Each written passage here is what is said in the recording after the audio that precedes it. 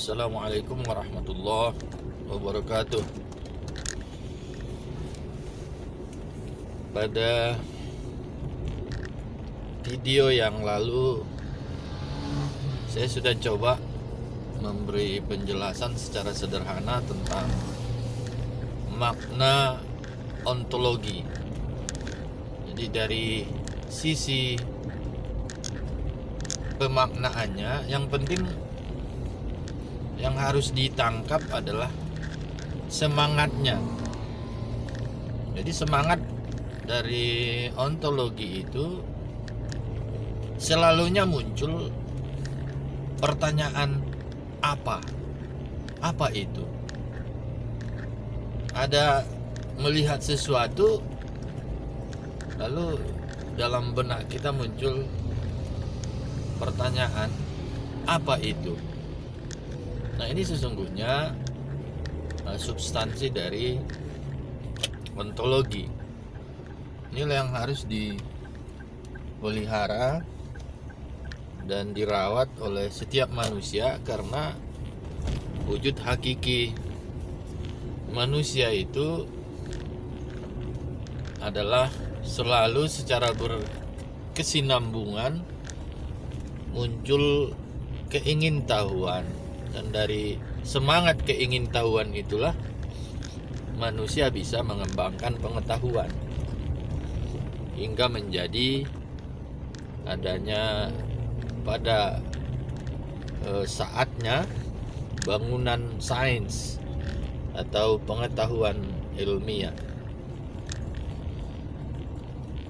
Kalau kita memperhatikan kehidupan anak-anak, khususnya usia 2 tahun sampai 4-5 tahun, sesungguhnya filosof sejati itu ya mereka, anak-anak itu.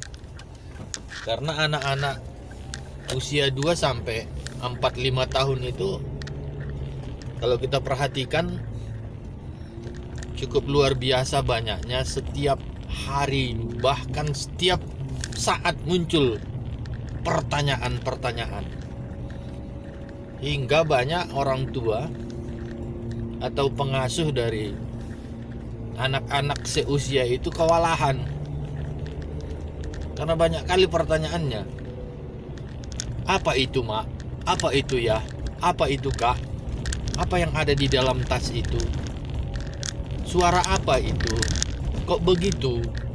Nah, itu sesungguhnya ya begitulah para filosofi itu. Begitulah kehidupan mereka. Jadi anak-anak itu adalah para filosof sejati.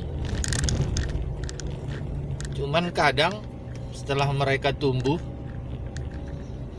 kebebasan dan semangat filosof mereka banyak direnggut sehingga terbelenggu, terpendam. Maka anak-anak banyak yang terpendam, tidak teraktualisasi bakat filosofisnya karena dikerangkeng dan terkooptasi oleh situasi orang dewasa,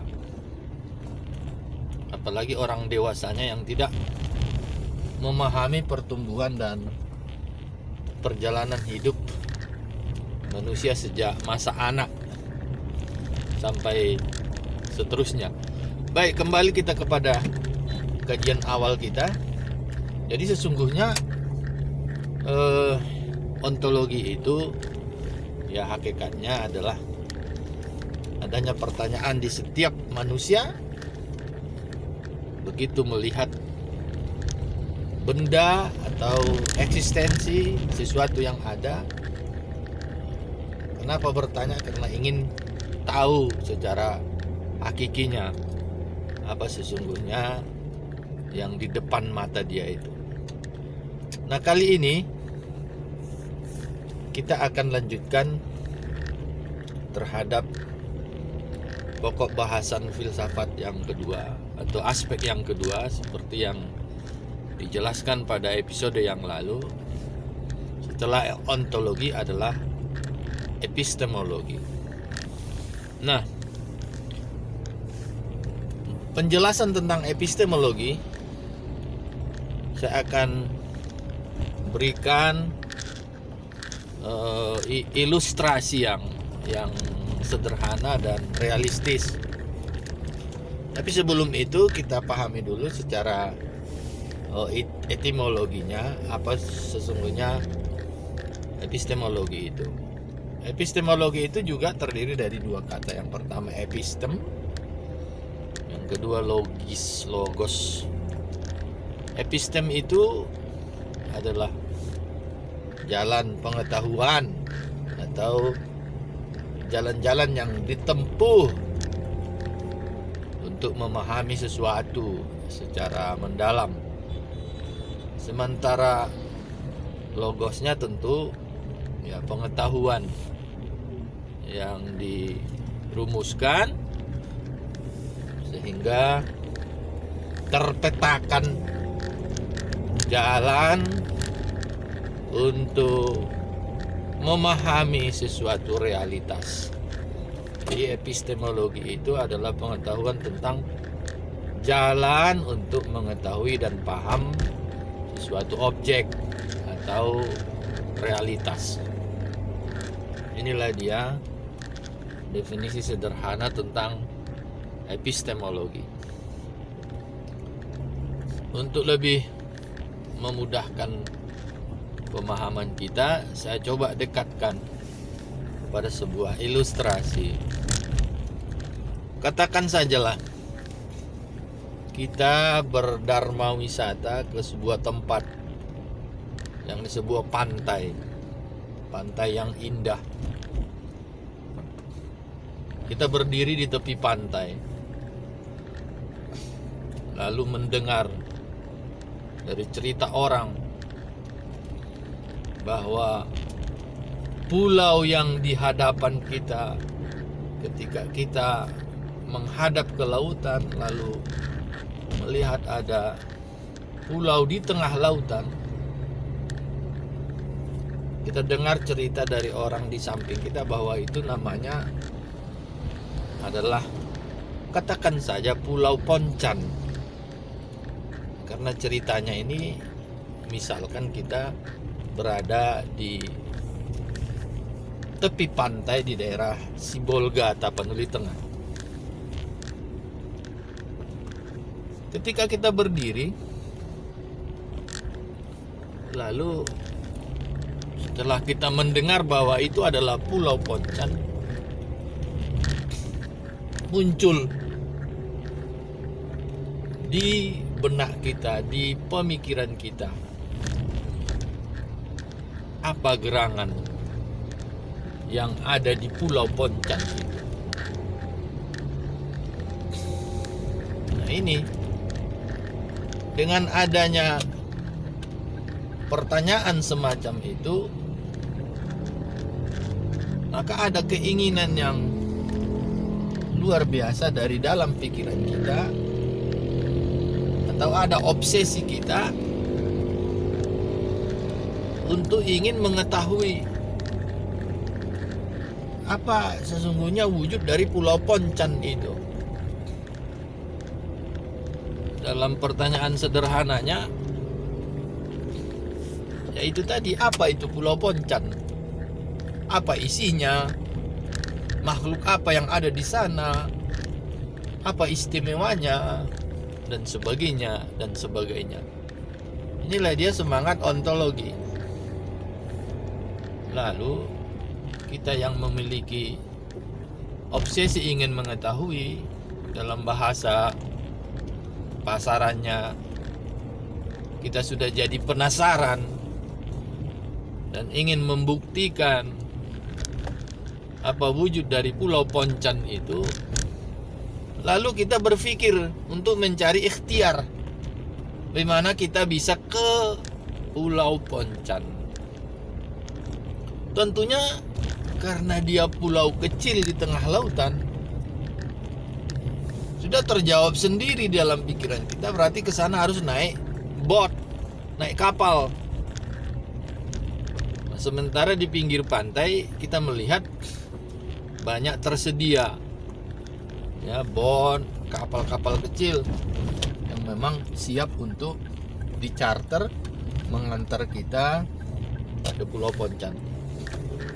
Lalu kita ambil kesimpulan, oke, saya harus ke sana membuktikan apa gerangan keistimewaan dari Pulau Poncan itu. Kita pun mengajak teman berangkat mencarter bot atau kapal kecil untuk bermain ke sana sambil mengamati apa isi atau apa sesungguhnya hakikat dari Pulau Poncan itu. Ini sudah kita berpikir mencari jalan ke Poncan. Sesungguhnya ke Poncan itu mau ngapain? Mau tahu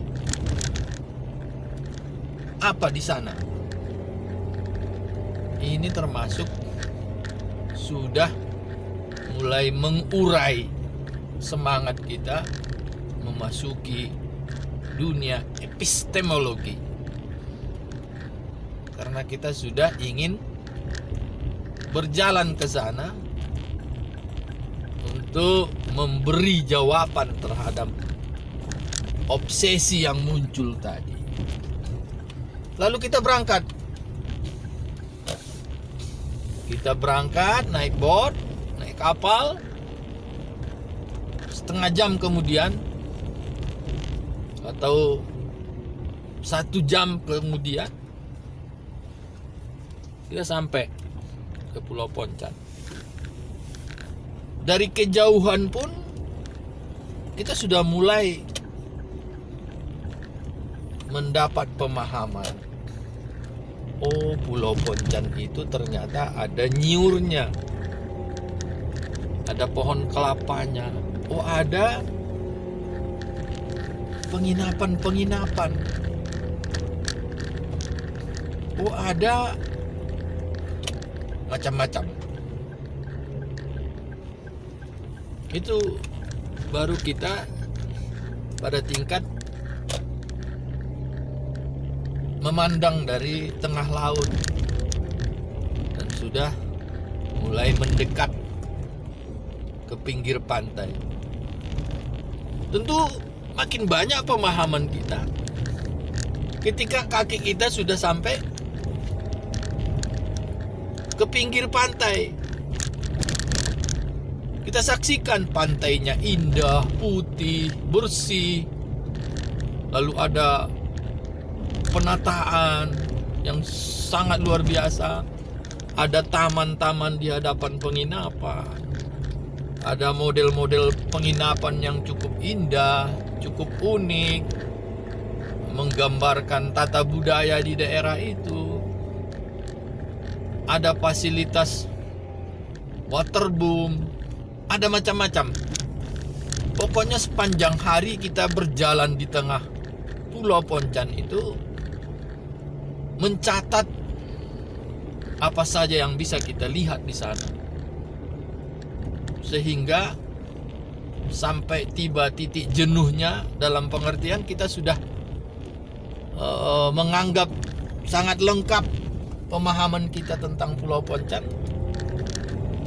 Lalu kita membuat kesimpulan.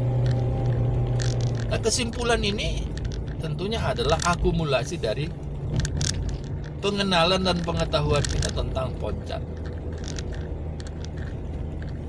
Proses yang kita lalui, mulai dari melangkahkan kaki, menaiki bot, sampai berproses terus hingga menginjakkan kaki di Pulau Poncan, mengamati, mencatat, hingga menyimpulkan dan memperoleh pengetahuan.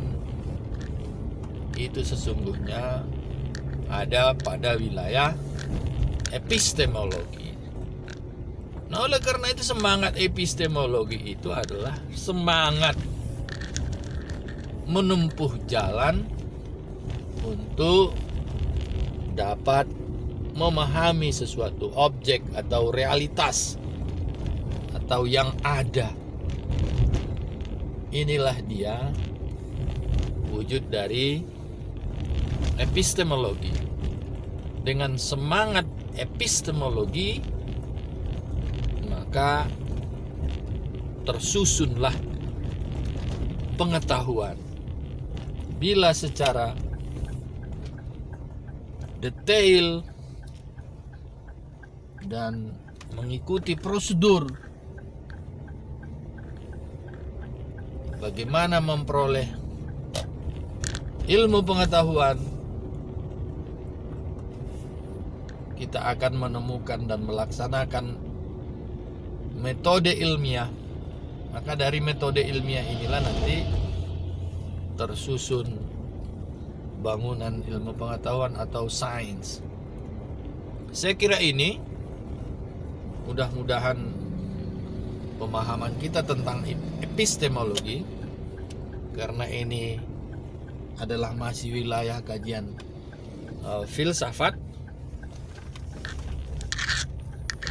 maka akan dapat melengkapi pemahaman kita secara komprehensif tentang body of filsafat. Demikian, Assalamualaikum.